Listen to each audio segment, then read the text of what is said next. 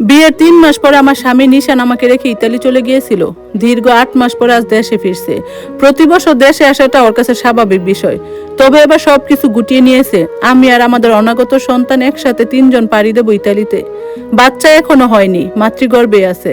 আমি ৮ মাসের প্রেগনেন্ট, সামনের মাসে ডেলিভারির তারিখ। ডাক্তার সম্পূর্ণ বেড রেস্ট দিয়েছে বলে এখন বাপের বাড়িতে আছি।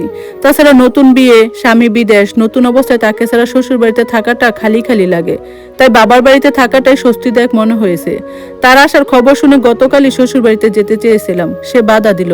বলল রিস্ক নেওয়ার কি দরকার, শুধু এক রাত বাড়িতে কাটাবো, তারপরে তোমার কাছে চলে আসবো, ওখানে বেশি সময় থাকবো। সে যতই বলুক আমার এই ছটফটানিটা সে টের পাচ্ছে না। শুধু আমি জানি আমার ভেতরে কি চলছে। আমি একটা রাত অপেক্ষা করতে পারছি না।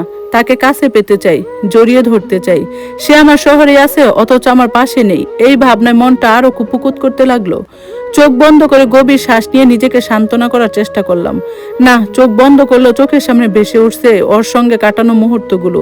প্রথম কাছে আসা, শরীর কাঁপা, স্পর্শ করা, হাত ধরা, আরো কত কি। আপনা আপনি লজ্জায় মুখে এক চিলতে হাসি ফুটলো। মিটমিটিয়ে হাসতে লাগলাম।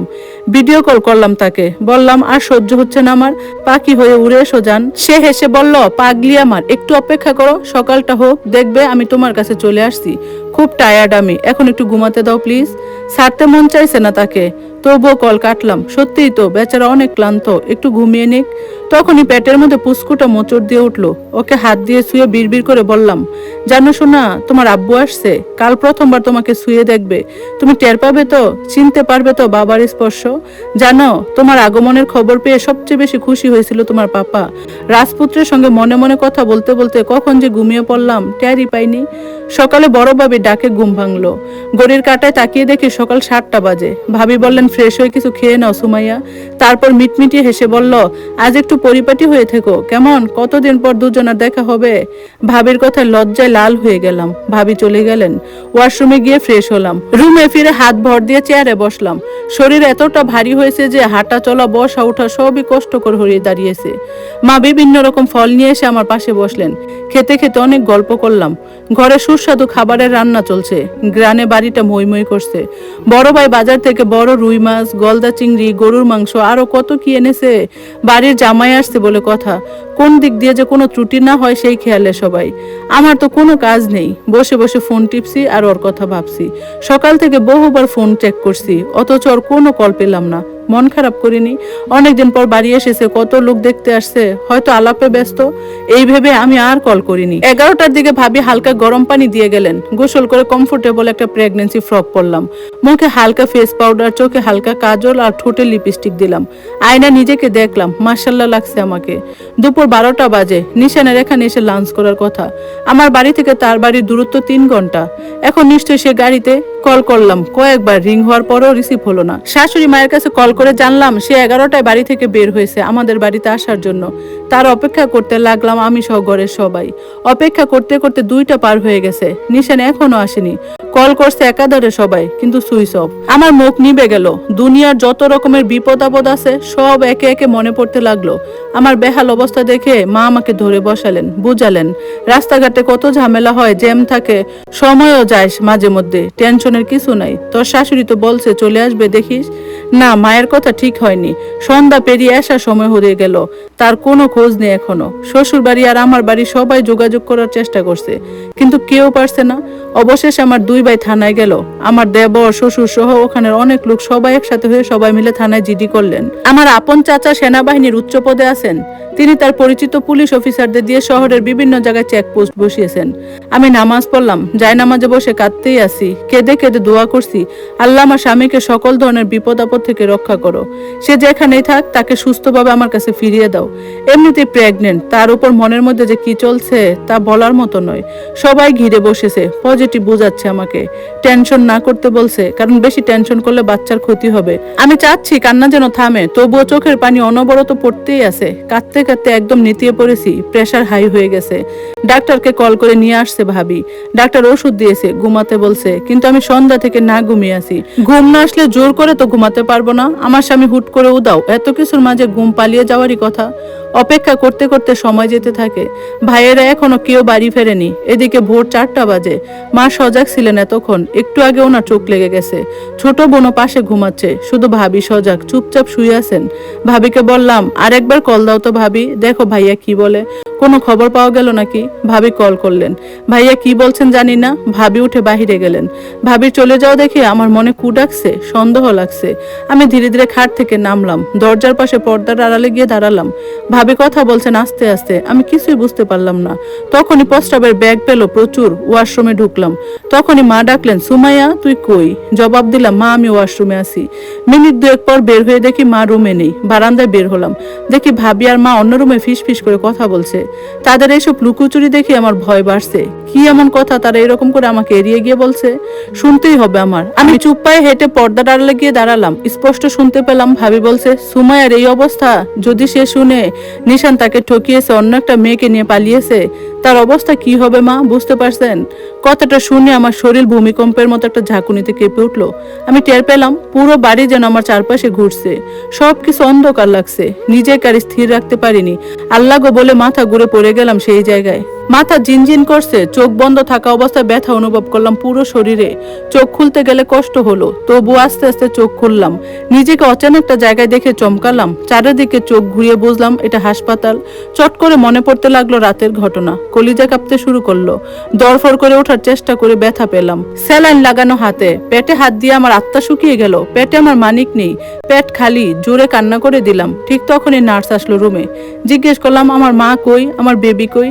নার্স বলল, আপনি কেবিনে আছেন, আপনার বাড়ির সবাই আছে এখানে। আর আমার বাচ্চা, পেট খালি কেন আমার? নার্স চুপ থাকেন। আমি হ্যাসকা টান দিয়ে স্যালাইনের সুচ খুলে উঠলাম। নার্স শক্ত করে আমাকে ধরে রাখার চেষ্টা করে পারল না, চেঁচিয়ে উঠলো, রোগীর লোক কই, পড়ে যাবেন তো উনি। আমি চিৎকার করলাম, মা। ভাবি দৌড়ে এসে আমাকে ধরলো। তুমি উঠছো কেন?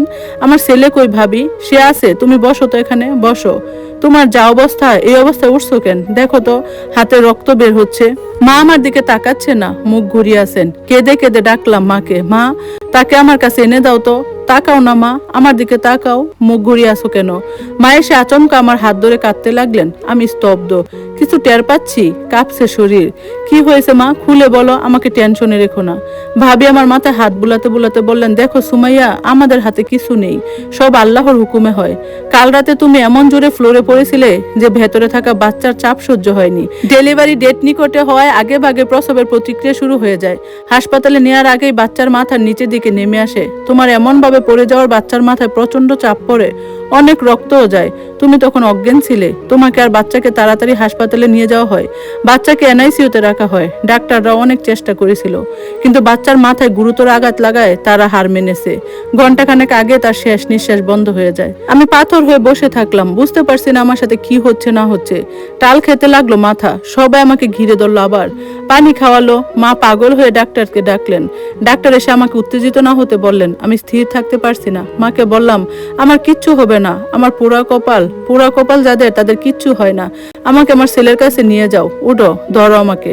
মা আর ভাবি আমাকে বাচ্চার ওয়ার্ডে নিয়ে গেলেন। আমার কলিজাটা ঘুমিয়ে আছে অচেতন হয়ে। কি সুন্দর চেহারা আল্লাহ দিয়েছেন, মাশাল্লাহ। তার কাছে গম্ভীর মুখে দাঁড়িয়ে আছেন আমার বাবা আর ভাই। আমি তার কাছে বসলাম, হাতে পায়ে পাগলের মতো হাত বুলিয়ে চুমু খেতে লাগলাম। ফুপিয়ে ফুপিয়ে কান্না তো আসেই। পাশে একজন ডাক্তার ছিলেন, তাকে ডাকলাম জোরে। কাছে আসলে অনুরোধ করলাম, প্লিজ আরেকবার চেক করে দেখুন না, হয়তো বেঁচে আছে। ডাক্তার না বলেননি, আমার কথা মতো দেখলেন। 2বার চেক করলেন। তিনি বললেন, বাচ্চার নেই। আপনার জন্য আবারও দেখলাম, মন খারাপ করবেন না, আল্লাহর ইচ্ছেই সব। মা জোরে জোরে কাঁদছেন। হাসপাতালে অনেক মানুষ জড়ো হয়ে গেছে মায়ের কাছে। আমি বাবুর পায়ে মাথা নুইয়া আমার ঠোঁট জোড়া তার পায়ে লাগিয়ে বসে আছি। চোখের পানিতে আমার বুক ভিজে গিয়ে শীতে পড়ছে। মহিলারা আমাকে বোঝাতে লাগলো, ছোট বাচ্চা মারা যাও ভালো, কিয়ামতের দিন সুপারিশ করে মা বাবাকে জান্নাতে নেবে। তোমার ভাগ্য ভালো, তাই আল্লাহ তোমার বাচ্চাকে ওনার কাছে নিয়ে গেছেন। কারো কথা আমাকে স্পর্শ করছে না। আমার ভেতরে যে অদ্ভুত ব্যথা হচ্ছে, সেটা আল্লাহ ছাড়া কেউ টের পাবে না। বাচ্চাকে বাড়ি নিয়ে যাবে। আমি বললাম, আমার কুলে দাও। বাড়ি পৌঁছানোর আগে অবধি সে আমার কুলেই থাকুক। নার্স বলল, আপনার শরীর ভালো না, ট্রিটমেন্ট চলছে, আপনাকে হাসপাতালে থাকতে হবে। আমি কারো কথা শুনিনি। মাকে বললাম, দরকার হলে পরে আসবো, তবু আজ থাকবো না হাসপাতালে। হাসপাতালে, মরলে মরবো, তাও থাকবো না। বাবা ভাই মিলে আমার ওষুধ নিয়ে অ্যাম্বুলেন্স করে বাড়ি চললাম। সারা রাস্তা ছেলেকে আমার কুলেই রাখলাম, বুকের সাথে বুক জড়িয়ে রাখলাম, চুমু খেলাম। গাড়ি থেকে নামলেন মা, আমার কাছে একটু দে সুমাইয়া, আমি একটু সোনাটারে বুকে জড়াই রাখি। আমার সাথে যে কাল রাত থেকে এত কিছু হয়েছে তা নিশানের বাড়ির কেউ জানে না। রাগে আমাদের বাড়ির কেউ তাদের জানায়নি। অবশেষে হয়তো ভাবি জানিয়েছে বাচ্চার খবর। শাশুড়ি, ননদ, শ্বশুর সহ আরো কয়েকজন আসছে এখানে। শ্বশুর একবার বলেছিল আমাদের বংশের ছেলে আমাদের বাড়ি নিয়ে কবর দেই। কথাটা কানে আসতে সারা শরীরে আগুন ধরে গেল আমার। গলা উঁচু করে বললাম, ও আমার ছেলে, আমার পেট থেকে হয়েছে, এটাই ওর বড় পরিচয়। ওর বাবা নেই, বাবার বাড়ির কেউ নেই। আমার ছেলের কবর আমার বাবার বাড়িতেই হবে, আমার চোখের সামনে থাকবে, এটাই শেষ কথা। তারা কেউ আর কিচ্ছু বলেনি, চুপ থাকলেন। শাশুড়ি আমার কাছে অনুনয় করলেন, অনেক দুঃখ প্রকাশ করলেন, কাঁদলেন। ছেলের জন্য তো আর তাকে বা তার পরিবারের অন্য কাউকে দোষ দিতে পারি না।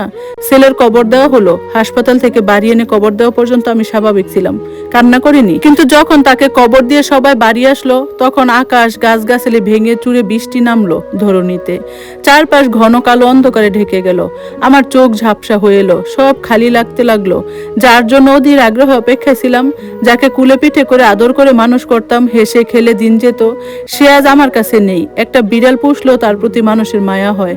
আর যাকে 9টা মাস কষ্টের যন্ত্রণায় গর্বে বড় করলাম, সেই মানিক আজ আমার পেটে নেই। বড্ড খালি খালি লাগলো পেটটা। পেটের চারপাশে হাত বুলিয়ে এক হাতে শক্ত করে ধরে মুখে ওড়না গুজে চিৎকার করতে লাগলাম। এত অসহায় আমি নিজেকে কখনো অনুভব করিনি। বারবার মনে হচ্ছিল, কেন আমাকে আল্লাহ নিয়ে নিলেন না? আমি কিভাবে বেঁচে থাকবো সামনে? এই এত কষ্টের দিন আমি কিভাবে পার করব? আমাকে পরদিন হাসপাতালে নেওয়া হলো। সেখানে অনেকদিন থাকার কথা থাকলেও দিন কমিয়ে নিয়ে আসি। বলি বাসায় ভালোভাবে ট্রিটমেন্ট করব। বাসায় থাকার মূল কারণ, বাড়ির পশ্চিম দিকে আমার ছেলের কবর। আমি সেটা রোজ কয়েকবার দেখি, রোজ রাতে তার জন্য আমি কাঁদি। নিশানের প্রতি এমন ঘৃণা জন্মেছে তা ভাষায় প্রকাশ করার মতো না। জানোয়ারটাকে সামনে পেলে জ্যান্ত মেরে ফেলতাম আমি। আজ তো একটা খুনি সে, তাকে পুলিশে ধরিয়ে শাস্তি না দিলে আমি শান্তি পাবো না। অমানুষটার জন্য আজ আমার বাচ্চাটা আমার কাছে নেই। তার কথা তো বলাই হয়নি, আমার ছেলে মারা যাওয়ার পর দিন তার সমস্ত তথ্য জানা গেল। কক্সবাজারের একটা হোটেলে উঠেছে মেয়েটাকে নিয়ে, অলরেডি বিয়ে করেছে তারা। মেয়েটার বাড়ি তার আর আমার বাড়ির ধারে কাছেই। তাদের সম্পর্ক নাকি বিয়ের আগে থেকেই ছিল, বিচ্ছেদ হয়েছিল মাঝখানে, তাই পরিবারের কথা মতো বিয়ে করেছিল। অবশেষে একজন আরেকজনকে সারা থাকতে না পেরে বিয়ে করেছে। মেয়েটার প্রতিও রাগ হলো প্রচুর। যদি হাতে সামনে পায় তাকেও শেষ করে দিব আমি। তোদের এত ভালোবাসা কোথায় থাকে রে? কি সুন্দর করে তোরা মানুষকে শেষ করে ফেললি। মেয়েরাই মেয়েদের প্রধান শত্রু। জানে একজন বিবাহিত তবুও বিয়ে করে, যতই আগে প্রেমিক হোক না কেন। নষ্টা মেয়ে। 2 দিনের মধ্যে চাচা তাদের গ্রেফতার করেন। একজন বউকে ডিভোর্স না দিয়ে দ্বিতীয় বিয়ে করেছে। এর জন্য নিশানের 1 বছর জেল আর টাকা জরিমানা করা হয়। আমার পক্ষ থেকে ডিভোর্স পেপারও পাঠিয়ে দেওয়া হয়। যেদিন তাকে গ্রেফতার করে থানায় নেওয়া হয়, সেদিন ভাবি মাকে সঙ্গে নিয়ে আমিও যাই, চাচা, বাবা আর ভাইয়ের সঙ্গে। পুলিশ অফিসারকে বলি আমার একটু কথা আছে, একটু দাঁড় করানোদের। চাচা থামাতে বললেন, অফিসার থামিয়ে দিল। নিশান এক পলক আমার দিকে তাকিয়ে চোখ নামিয়ে নেয়। মেয়েটা মাটির দিকে তাকিয়ে থাকে। আমি পায়ের জুতো খুলে 2 হাতে 2 জনকে এলোপাতাড়ি মারতে থাকি। ভাবি আমাকে টেনে সরায়। আমি চিৎকার করে বলি, চাচা, ওদের এতটুকু শাস্তি দিবেন যতটুকু আমি পাচ্ছি। আমার কাছ থেকে আমার বাচ্চাকে কেড়ে নেওয়ার শাস্তিটা দেবেন। যন্ত্রণা দিতে দিতে 2 জনকে জ্যান্ত মেরে ফেলবেন। আদালতে মেয়েটার বিচার হবে না জানি, ওরে আমার কাছে ছেড়ে দেন। থাপ্পড় লাথি দিতে দিতে শেষ করে ফেলবো আমি। ভাবি টেনে সরান আমাকে। হাঁপাতে থাকি আমি, জোরে নিঃশ্বাস নেই। দিন মাস গড়িয়ে যায়, আমার ক্ষত ধীরে ধীরে সারতে থাকে। না, নিশানের জন্য আমার খারাপ লাগে না, কখনো আমার কলিজা কাঁদেও না। কাঁদে আমার বাচ্চার জন্য। হয়তো নিশানের জন্য আমার অনেক কষ্ট হতো যদি আমার বাচ্চা না মরতো। যার কারণে আমার সব শেষ। সে আমার কাছে আস্ত একটা জানোয়ার। এর থেকে বড় পরিচয় আর কিছু নেই তার। আগে চঞ্চল, আমি দিন দিন চুপচাপ গম্ভীর হয়ে যাচ্ছি। কারোর সঙ্গে বেশি কথা বলি না, আগের মতো হাসি না। একজন বেঈমান আমার সব কেড়ে নিয়েছে, এখন সে জেলে। মেয়েটা কই জানি না, তাদের তালাক হয়নি এতটুকু জানি। সাজা শেষ হবে, বের হবে, 2টো মিলে সংসার করবে। করুক, আমার কি যায় আসে।